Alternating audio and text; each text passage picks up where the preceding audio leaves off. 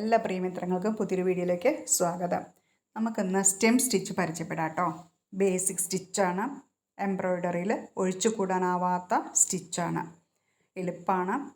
എന്നാൽ പുതിയതായിട്ട് സ്റ്റിച്ച് പഠിക്കുന്നവർക്ക് അത് വൃത്തിയായിട്ട് കിട്ടാൻ ഒരു ചെറിയ ടിപ്പും കൂടി ഞാൻ പറഞ്ഞു തരാം. അതായത് നമ്മളിങ്ങനെ ചിത്രം വരച്ചുല്ലോ, ഇങ്ങനെ വരയ്ക്കുമ്പോൾ അപ്പം തന്നെ ഓരോ ഡോട്ട് ഇട്ട് കൊടുക്കുക. കൃത്യം അകലത്തിൽ കുഞ്ഞു ഡോട്ട് ഇട്ട് കൊടുക്കുക. ആ ഡോട്ട് കൂടെ സ്റ്റിച്ച് എടുത്താൽ മതി കേട്ടോ. അപ്പോൾ നമുക്കത് വൃത്തിയായിട്ട് ചെയ്യാൻ പറ്റും. വീഡിയോ മുഴുവനായിട്ട് കാണണേ. ആദ്യം സൂചി നൂലും മുകളിലേക്ക് കുത്തിയെടുത്തു. ബാക്ക് സ്റ്റിച്ച് ചെയ്ത പോലെ തൊട്ട് ബാക്കിലേക്ക് നമ്മൾ സൂചി കുത്തിയിറക്കുക. ഓക്കെ. എന്നിട്ട് ഇതിൻ്റെ നടുവിലേക്ക് വേണം സൂചി കുത്തിയെടുക്കാൻ കേട്ടോ. നടുവിലേക്ക് വേണം ഇതിൻ്റെ സൂചി കുത്തിയെടുക്കാൻ. എന്നിട്ട് ഞാൻ പറഞ്ഞല്ലോ അവിടെ ഡോട്ട്, ഇപ്പോൾ ഞാൻ ഇതിൽ ഡോട്ട് ഇട്ടിട്ടില്ല, ഡോട്ട് ഇട്ട് കാണിച്ചു തരാം. കൃത്യം അകലത്തിൽ കേട്ടോ. ഒരു 1/4 ഇഞ്ചോ, 1/4 ഇഞ്ചാണെങ്കിൽ 1/4 ഇഞ്ച്, എങ്ങനെ വെച്ചാൽ മിക്കവാറും 1/2 ഇഞ്ചൊക്കെ എനിക്ക് വലിയ സ്റ്റിച്ചാവും. അത് വേണ്ട. ഏകദേശം 1/4 അതിൻ്റെ ഉള്ളിലോ വരുന്ന അത്ര സ്റ്റിച്ച് കണ്ടോ. ഇനി നമ്മൾ ആ സ്റ്റിച്ചിൻ്റെ തൊട്ടടുത്ത് ഡോട്ട് ഇട്ടിട്ടില്ലേ, ആ ഡോട്ട് കൂടെ സൂചി താഴത്തേക്ക് കുത്തിയിറക്കുക. എന്നിട്ട് തൊട്ട് മുമ്പിലുള്ള സ്റ്റിച്ചിൻ്റെ അതിൻ്റെ തൊട്ടടുത്തായിട്ട് സൂചി കുത്തിയെടുക്കുക. മനസ്സിലായല്ലോ? ഒന്നും കൂടി പറയാം. തൊട്ടടുത്തടുത്ത ഡോട്ട് കാണാമല്ലേ, ആ ഡോട്ട് കൂടെ സൂചി താഴത്തേക്ക് കുത്തിയിറക്കുക. കണ്ടോ, സൂചി താഴത്തേക്ക് കുത്തിയിറക്കുക. എപ്പോഴും അത് അങ്ങനെ തന്നെയാണ് കേട്ടോ. എന്നിട്ട് തൊട്ട് മുകളിലത്തെ സ്റ്റിച്ച് ഉണ്ടല്ലോ, അതിൻ്റെ അടുത്ത് വെച്ചിട്ട് വേണം സൂചി മുകളിലേക്ക് കുത്തിയെടുക്കാൻ. ഓക്കെ.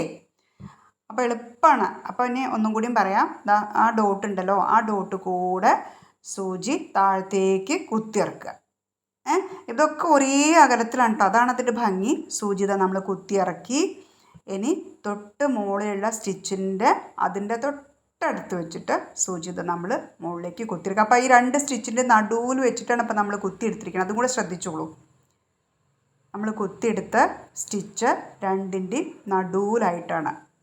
മുകളിലത്തെ സ്റ്റിച്ചിൻ്റെ തൊട്ടടുത്ത് നമ്മൾ കുത്തിയെടുത്തു. അതേസമയം നമ്മൾ ചെയ്യുന്ന സ്റ്റിച്ചിൻ്റെ നടുവിലായിട്ടാണിത് കുത്തി എടുക്കുന്നതും. 2 കാര്യമാണ് ഇവിടെ നമ്മൾ ഒരേ സമയം ചെയ്യുന്നത് കേട്ടോ. അത് അതേപോലെ തന്നെ ചെയ്യും വേണം, എന്നാലും ആ സ്റ്റിച്ചിന് വൃത്തി ഉണ്ടാവുള്ളൂ കേട്ടോ. അപ്പോൾ നമ്മൾ എന്താ പറഞ്ഞത്, ആ ഡോട്ടിൻ്റെ തൊട്ട് ബാക്കിലുള്ള ഡോട്ടിൽ കുത്തി നമ്മൾ ഇറക്കിയെടുത്തു. എന്നിട്ട് മുകളിലേക്ക് സൂചി എടുക്കുന്നത് തൊട്ട് മുമ്പിലുള്ള സ്റ്റിച്ചിൻ്റെ തൊട്ടടുത്ത് കൂടെ സ്റ്റിച്ച് എടുക്കുന്നു. അപ്പോൾ നടുവിലായിട്ടാണിത് സൂചി വരണത്. മനസ്സിലായല്ലോ അല്ലേ? ഇങ്ങനെ നമ്മൾ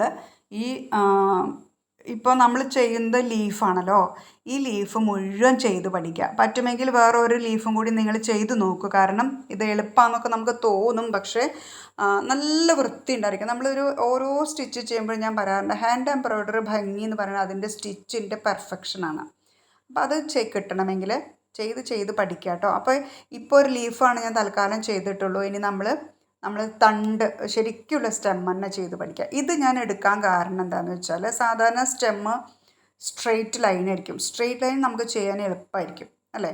അപ്പോൾ ഞാൻ ഇത് ഒന്ന് ചെരിഞ്ഞിട്ടല്ലേ ഇപ്പോൾ നമ്മൾ ചെയ്യുന്നത്. അപ്പോൾ ആ ചെരിഞ്ഞത് പടിഞ്ഞോട്ടെ അല്ലെങ്കിൽ ചെരിഞ്ഞത് മനസ്സിലാക്കട്ടെ എന്ന് വിചാരിച്ചിട്ടാണ് ഞാൻ ഈ ലീഫിൽ ഇത് എംബ്രോയ്ഡറി ചെയ്യാൻ കാരണം കേട്ടോ. അത്രയേ ഉള്ളൂ. സ്ട്രെയിറ്റ് ആകുമ്പോൾ നമുക്ക് പിന്നെ വേഗം പഠിയും. അപ്പോൾ നമുക്ക് സ്ട്രെയിറ്റ് പഠിഞ്ഞാൽ പോരല്ലോ, നമുക്ക് ചെരിഞ്ഞിട്ടും വളഞ്ഞിട്ടും ഒക്കെ നമുക്ക് സ്റ്റിച്ച് പഠിയണ്ടേ. അപ്പോൾ അതിന് വേണ്ടി മാത്രമാണ് ഞാൻ ലീഫ് ഇങ്ങനെ ചെയ്ത് പഠിച്ചത്. ഇതിൽ ഞാൻ 6-7 നൂലാണ് ചെയ്തിരിക്കുന്നത്. പിന്നെ 6-7 നൂല് ആകുമ്പോൾ കുറച്ചൊന്ന് കട്ടി ഉണ്ടായിരിക്കും. പിന്നെ എല്ലാം ഒരേ ഭാഗത്തേക്ക് വേണം ഇത് എടുക്കാനായിട്ട് കേട്ടോ. ഇപ്പോൾ നമ്മുടെ ഒരു ലീഫിൻ്റെ ഔട്ട്ലൈൻ കഴിഞ്ഞു. ഇനി അതിൻ്റെ നടുഭാഗത്തുള്ള പോർഷനാണ് ചെയ്യുന്നത്. അതും ഞാൻ 6-7 ലീഫിൽ തന്നെയാണ് ചെയ്തിരിക്കുന്നത്. പക്ഷേ ബാക്കിയുള്ള അതിൻ്റെ ഞരമ്പൊക്കെ ഞാൻ 2-7 നൂലിലാണ് കേട്ടോ ചെയ്തിരിക്കുന്നത്. കാരണം ഞരമ്പ് അത്ര ഇങ്ങോട്ട് സ്പഷ്ടമായിട്ട് കാണേണ്ട ആവശ്യമില്ലല്ലോ, കുഞ്ഞു ഞരമ്പല്ലേ. അപ്പോൾ അതൊക്കെ 2-7 നൂലിലാണ് ചെയ്തിരിക്കുന്നത്. കാരണം അത്ര കട്ടി തോന്നണില്ലല്ലോ. ഇതാ ഇപ്പോൾ ഇങ്ങനെ നമുക്കത് ചെയ്തു. ഇതുപോലെ 1-2 ഡിസൈൻ കൂടെ നിങ്ങൾ ചെയ്ത് പഠിക്കണേ. ഇത് നമ്മൾ സ്വീക്വൻസും ബീഡ്സും ഉപയോഗിച്ചിട്ട് ഫ്ലവർ വേസ് ചെയ്തതാട്ടോ.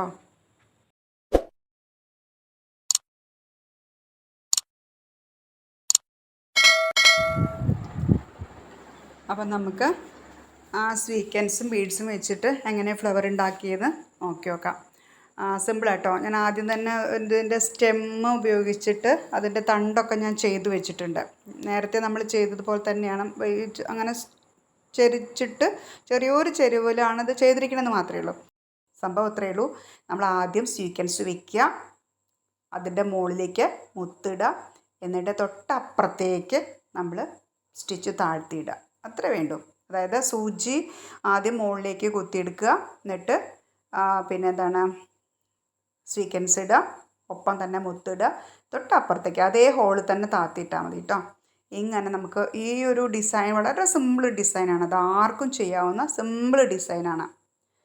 അപ്പോൾ ഇതൊക്കെ ഒന്ന് നിങ്ങൾ ഇഷ്ടപ്പെട്ടാൽ എല്ലാവരും ചെയ്ത് നോക്കണേ. ഇഷ്ടപ്പെട്ടാൽ ലൈക്ക് ചെയ്യാനും കമൻറ്റ് ചെയ്യാനും സബ്സ്ക്രൈബ് ചെയ്യാനും മറക്കരുത് കേട്ടോ. എന്തെങ്കിലുമൊക്കെ ഒന്ന് കമൻറ്റ് പറയണേ. ഇത് ബേസിക് സ്റ്റിച്ച് ആയതുകൊണ്ട് നിർബന്ധമായിട്ടും പഠിച്ചിരിക്കണം കേട്ടോ. നമ്മൾ നേരത്തെ പഠിച്ചില്ലേ ചെയിൻ സ്റ്റിച്ചും റണ്ണിങ് സ്റ്റിച്ചൊക്കെ, അത്ര തന്നെ ഇമ്പോർട്ടൻ്റ് ഉള്ള ഒരു സ്റ്റിച്ചും കൂടിയാണ് നമ്മുടെ സ്റ്റെം സ്റ്റിച്ച് കേട്ടോ. അപ്പോൾ അടുത്ത വീഡിയോ ആയിട്ട് വീണ്ടും വരാം കേട്ടോ. താങ്ക്